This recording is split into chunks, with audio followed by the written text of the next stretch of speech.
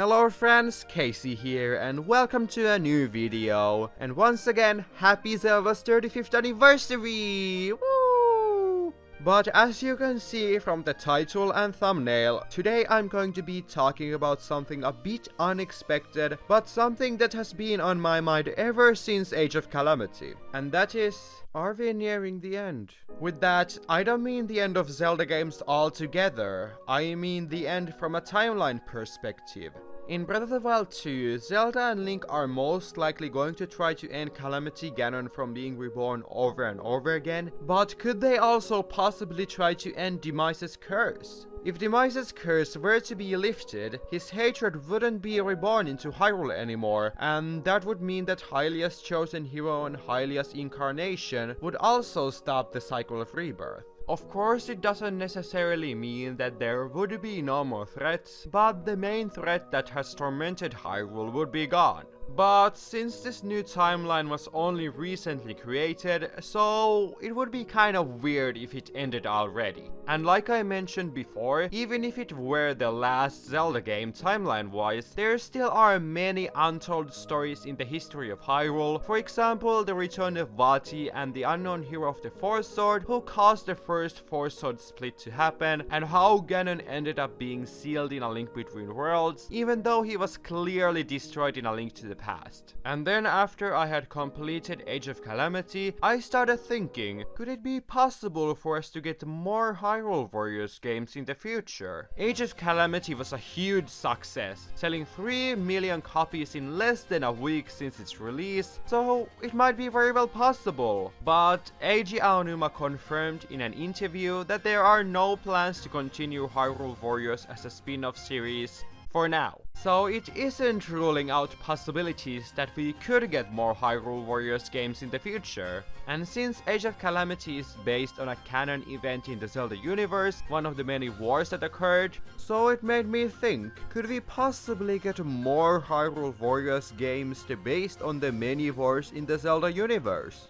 So I've made this timeline highlighting all the known wars in the Zelda universe. And there might be some things that makes you go, huh? But don't worry, I'm going to be explaining everything that is on this timeline. So like I said, all of these that are highlighted in red are a great possibility for a future Hyrule Warriors game, unless they have already been made into a game. But with these Hyrule Warriors games, they would play out like they were told in the prologues and other stories in the games, and not like Age of Calamity, which ended up being totally different from what everyone thought it was originally going to be like. And if they really continue giving wars with bad endings a more good ending, that would just really mess things up more, and I think we've had enough time travel shenanigans for a while now. Also, before we start going through the timeline, I think it would be probably best to specify what exactly counts as a war. Cause you could say that in a way, every Zelda game is a war against Ganon or some other baddie. And well, the answer is yes and no.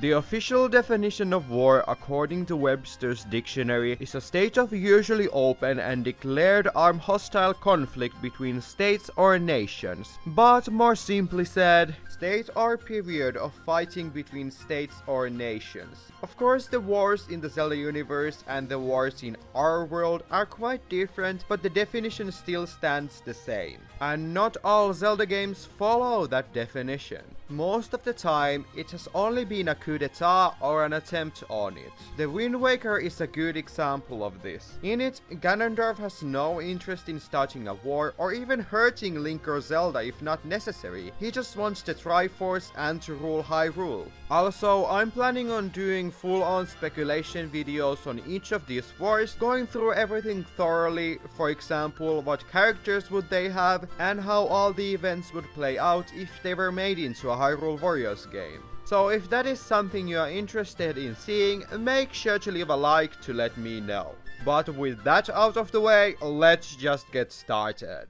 So of course, first we obviously have the creation of the world, when the three goddesses descended upon the world and created everything, and finally created the Triforce before departing back to the heavens and handed it to the white goddess Hylia. Thus, the era of goddess Hylia started, where Hylia ruled over the land for an unspecified amount of time until Demise and his armies appeared from a fissure on Earth and started a war called the Ancient Battle. The only things we know about this war is from the prologue of Skyward Sword and the special manga chapter in Hyrule Historia, so not much is known about the battle itself. But at the end, Hylia sends her people up to the sky with the Triforce, while she fights Demise with the remaining tribes of the surface and manages to seal him. Hylia is gravely injured and decides to give up her immortal form to be reborn as a human to use the Triforce to fully destroy Demise. The people of Hylia spent thousands of years in the prosperous Skyloft until the events of Skyward Sword kick in. If the Ancient Battle were to be made into a Hyrule Warriors game, it could show us how the very first civilization lived under the rule of Hylia, Demise's origin, the creation of Fi, and the true origin of Link's iconic green tunic. After the events of Skyward Sword and the defeat of Demise, the people of Hylia return to the surface and start spreading and populating it. But after an unspecified amount of time, the peace ended as the era of chaos started, as the hearts of the people were filled with greed and sought after the golden power that remained unprotected. This is called the Interloper War, where people fought against each other to get the Triforce, but in the end, one group was the most powerful with their dark magic, known as the Dark Interlopers. The Dark Interlopers almost managed to get hold of the Triforce until the goddesses intervened and sent the four light spirits to seal the fused shadows and banish the Interlopers to the Twilight Realm. To this day, the true identity of the Dark Interlopers is not known, but the most popular theory is that they were Sheikah. The Interloper War doesn't actually have an official place on the timeline for some reason, but the most popular theory is that it happened during the era of Chaos, since before that the Sacred Realm and the Triforce were not sealed yet, but then at the end of the era, the entrance to the Sacred Realm was sealed for some reason, so it makes perfect sense for the Interloper War to happen then, so that after it the Sacred Realm was sealed, so that the same calamity would not happen again. But we all know how that didn't come to pass. If the Interloper War were to be made into a Hyrule Warriors game, that could shed light on the Interlopers' true origin and motivation. After the Dark Interlopers were banished, the Temple of Time is built on top of the ruins of the sealed temple by the Sage of Light Rauru to seal the entrance to the Sacred Realm, and later the Kingdom of Hyrule is founded by Hylia's descendants and the era of prosperity begins. After a long era of peace, Hyrule is once again plagued by monsters in the War of the Bound Chest. The placement of the War of the Bound Chest is a bit tricky to determine, but we know that it happened 100 years prior to Minish Cap, since the 100 Picori festival was held in it, and the festival was started to being held every year after the triumphant victory of the Hero of Men and the Picori. And according to Hyrule Historia, the War of the Bound Chest is at the very beginning of the Force era, so it probably couldn't have happened in the era of prosperity, since in Minish Cap there has only been 100 years since that war, and Minish Cap is in the Force era, and there already is a pretty solid monarchy in Hyrule during the war, so it couldn't have happened before than that. So the war most likely ended the long era of prosperity and started the Force era. Not much is known about the war itself. Only that fearsome monsters attacked Hyrule, and a young boy called the Hero of Men, with the help of the Minish and their Picori Blade and Light Force, sealed the monsters into the Bound Chest. If the War of the Bound Chest were to be made into a Hyrule Warriors game, it could explain in more detail what the Light Force really is and how it came to the possession of the royal family and the true identity of the Hero of Men. After several battles against Vati, Hyrule is in peace for a while until probably the biggest and the most fatal war begins, the Hyrulean Civil War. Not much is known about the war other than that it lasted for a very long time and that the many races of Hyrule fought against each other, such as Hylians, Goron, Zora and Gyarado. The war ended with Hyrule being unified under the banner of the royal family, but not without a price. Many lives were lost and they lingered in Hyrule as Stylechilds and Poes. This war is really crucial since it started the life of the hero of time whose parents were murdered in it and eventually led to the events of Ocarina of Time, which caused a split in the timeline. If the Hyrulean Civil War were to be made into a Hyrule Warriors game, it could reveal what really started the war, the life of Link's parents, and what really happened in Shadow Temple. And now we get to the infamous timeline split. First, we are gonna go through the Downfall timeline since it technically is the first timeline out of the three and it only has one major conflict, the Imprisoning War. But the Imprisoning War is quite a tricky one, since after the release of Ocarina of Time, and then other games, and then later Hyrule Historia, quite many things were contradicted about it. But that is something I'm going to be going through in more detail when I do a video just about the Imprisoning War. But basically what happened was that after Ganondorf had defeated Link, he managed to get his Triforce and then Zelda's, completing the Triforce, but then the sages sealed him and the Triforce into the Sacred Realm, which over time transformed into a twisted version of Hyrule, and dark power eventually started flowing through the portal, opening a gateway between Hyrule and Sacred Realm, now known as the Dark World. As people with greedy hearts entered into the Twisted World, they were transformed into monsters, which then joined Ganon's army. After Ganon's army had grown, they launched an invasion against Hyrule to conquer it. Their attack greatly devastated Hyrule, and many lost their lives, until finally the Seven Sages managed to seal Ganon and his armies once again into the Dark World, sealing the gateway to it as well. But even though the war was won, Hyrule had already started to decline due to the resources and lives lost in the war, starting the era of light and dark. If the Imprisoning War were to be made into a Hyrule Warriors game, more info on it when it actually happened would be nice to know, since some sources say that it only happened several years after Ocarina of Time, and that the Seven Sages from Ocarina of Time are the ones who did the seal at the end of the war, while others say that it occurred many decades later, as some sources like Hyrule Historia talk about the sages of that era, saying that there are different sages now. And well, it also depends on if one believes in these sages are dead theory. Moving on onto the child timeline and the next war, which actually is not ever specified to be a real war that actually happened, but it has been hinted at in both Twilight Princess and Hyrule Historia. The Gyarado-Hylian War started after Link returned to his original age after defeating Ganon and exposing Ganondorf to the royal family so that he wouldn't be able to get the Triforce. The royal family tried to capture Ganondorf, but he managed to escape back to Gyarado Desert and started to rally his armies to seize the Triforce by force. But in the end, his invasion failed and he was captured and imprisoned while his people were either executed or exiled. And then of course came the execution of Ganondorf himself. But we all know how that went down. If the Gyarado-Hylian War were to be made into a Hyrule Warriors game, it would be really interesting to see Ganondorf's thoughts about the sudden change of heart from the royal family, and what really happened to the Gyarado tribe since they are completely gone in Twilight Princess.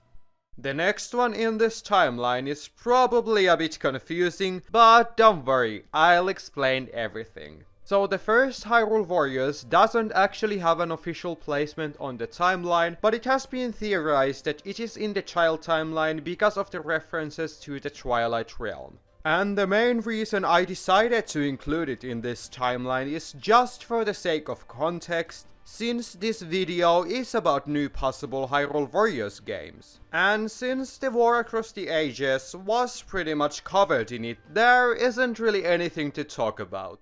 And now, onto the tragic adult timeline, which the hero of time left to deal with its problems on its own, starting the era without a hero. The story of the Great Flood is told at the beginning of Wind Waker. After Ganon was sealed by the Hero of Time, Hyrule once again entered an era of peace for several generations, until once again Ganon returned and started to cover the land of Hyrule in darkness, until the goddesses intervened and flooded the land of Hyrule to seal Ganondorf, until he once again broke the seal. The Great Flood is also never specified to being a war, but I'd like to think that the army of Hyrule and Ganondorf's army actually fought against each other, instead of just Ganondorf really ominously scaring the crap out of everyone. Evidence supporting this is found when you first enter the submerged kingdom and see the Hyrule castle wrecked by Ganon's moblins and Darknuts. If the Great Flood were to be made into a Hyrule Warriors game, it would be amazing to see if there actually was a hero or not, since there is always supposed to be one due to Demise's curse. And also to see what the land of Hyrule actually looked like in that time period, since we never got to explore it properly in Wind Waker.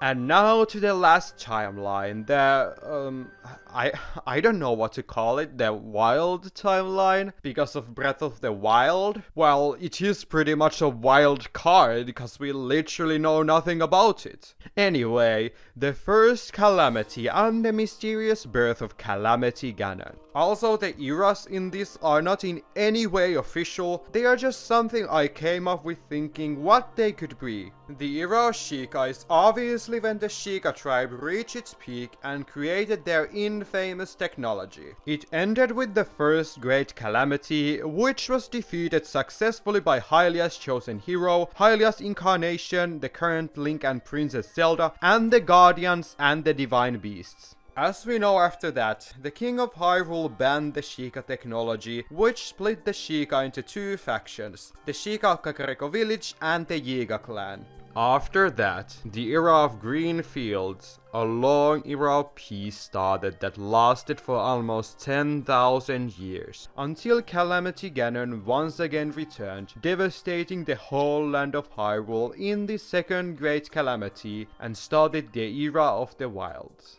And this is actually the only era in this timeline that is semi-confirmed, as Link's tunic is called Era of the Wilds tunic. But we don't really need to talk about the second Great Calamity, since that was covered in Breath of the Wild and in Age of Calamity. But there is still so much to learn about the first Great Calamity. I already talked about similar stuff in my previous video, but I'm just quickly gonna go through some of the points. If the first Great Calamity were to be made into a Hyrule Warriors game, it would be so interesting to see why exactly was the Sheikah technology created and what really caused the birth of Calamity Ganon. But hopefully some of these questions are going to be answered in Breath of the Wild 2.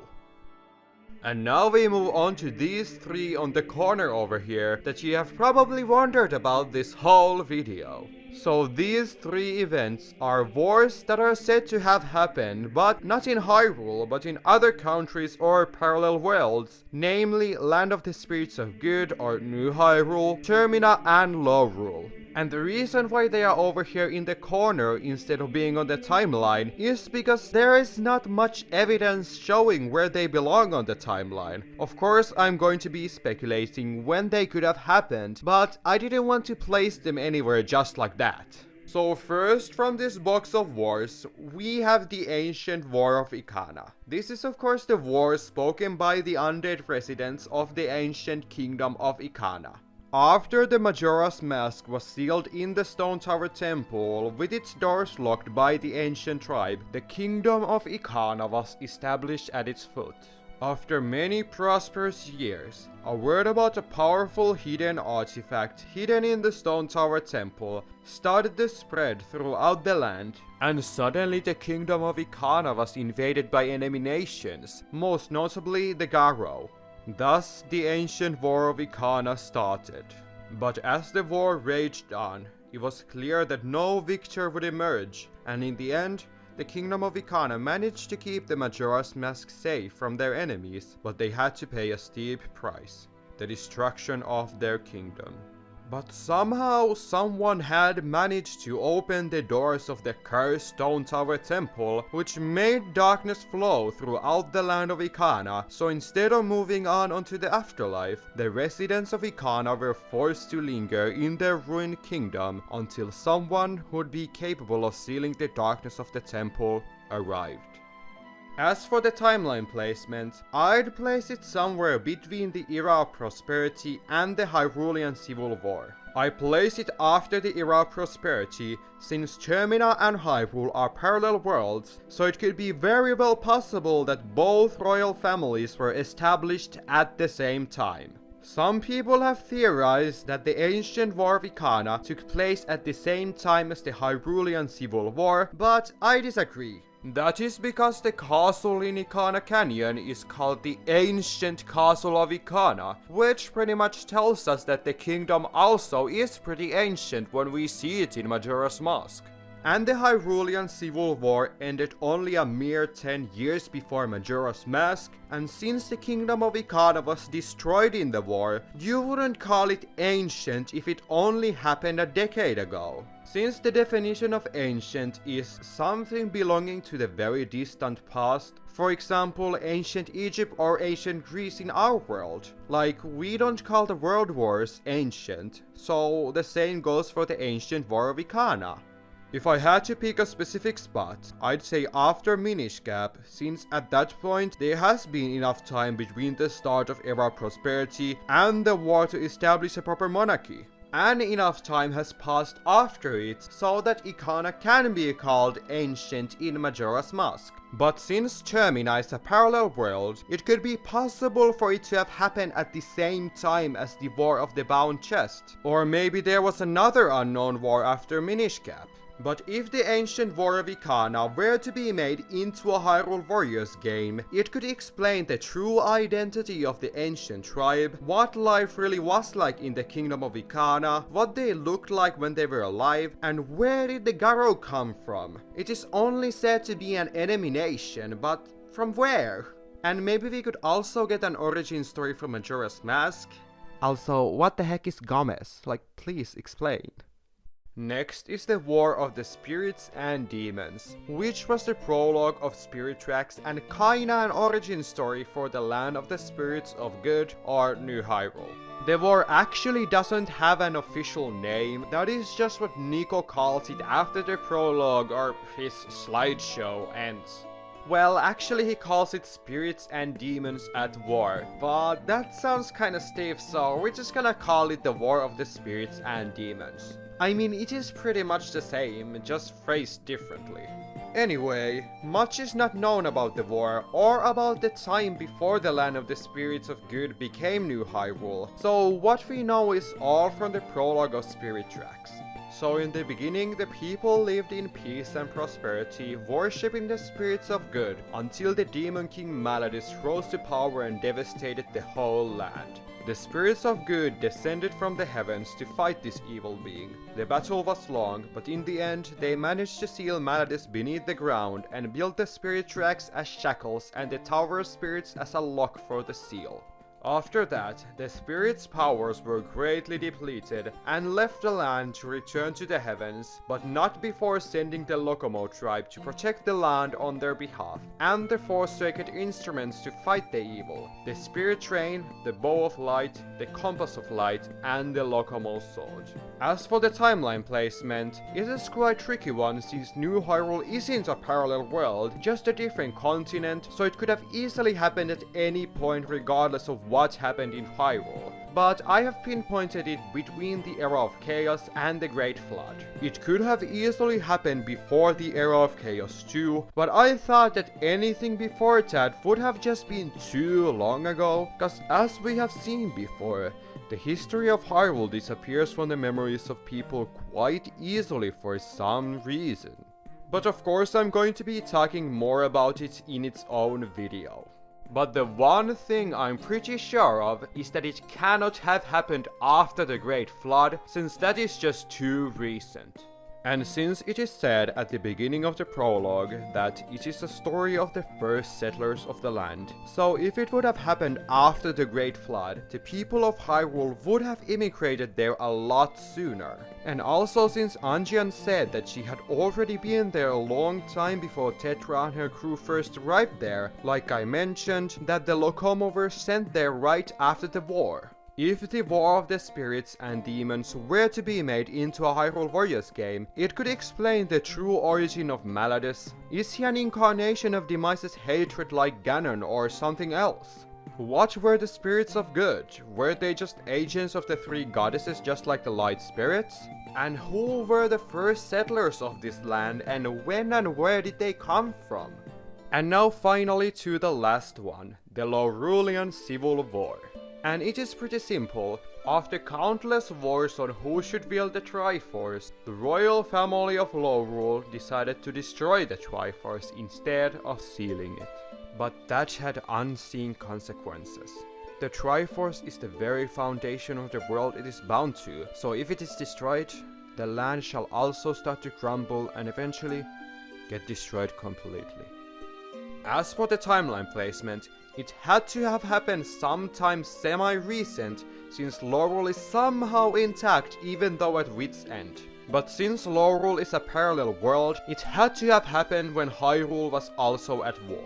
People have theorized for it to have happened at the same time as the Hyrulean Civil War, but I'm a bit iffy about it, since there is a bit of a time gap between the Hyrulean Civil War and the Link Between Worlds, so I don't think Laurel could have been able to stay intact for that long. And then there's also the fact that if it happened before the timeline split, the events of A Link Between Worlds would have happened in every timeline, but so far they haven't. So that is why I'd place it at the Downfall timeline as the corresponding war to the Imprisoning War, because that seems like a good amount of time between the destruction of Triforce and the complete decline of Laurel, but more about that in its own video. If the Laurelian Civil War were to be made into a Hyrule Warriors game, it could shed more light on the true reasoning behind the decision to destroy the Triforce and how it actually happened. Now I have officially gone through all the known wars in the history of Hyrule. Well, actually, there still is one more, the Hyrulean Civil War, briefly mentioned in one sentence in this random choose-your-own-adventure book, The Shadow Prince, which isn't even canon in any way. Don't come for me for including Hyrule Warriors in this timeline, and nobody has probably ever even read it. Is it even available anywhere? Leave a comment down below if you want me to do a video about it and the mysterious Hyrulean Civil War, if there even is any information about it, and if it even actually happened. But what did you think?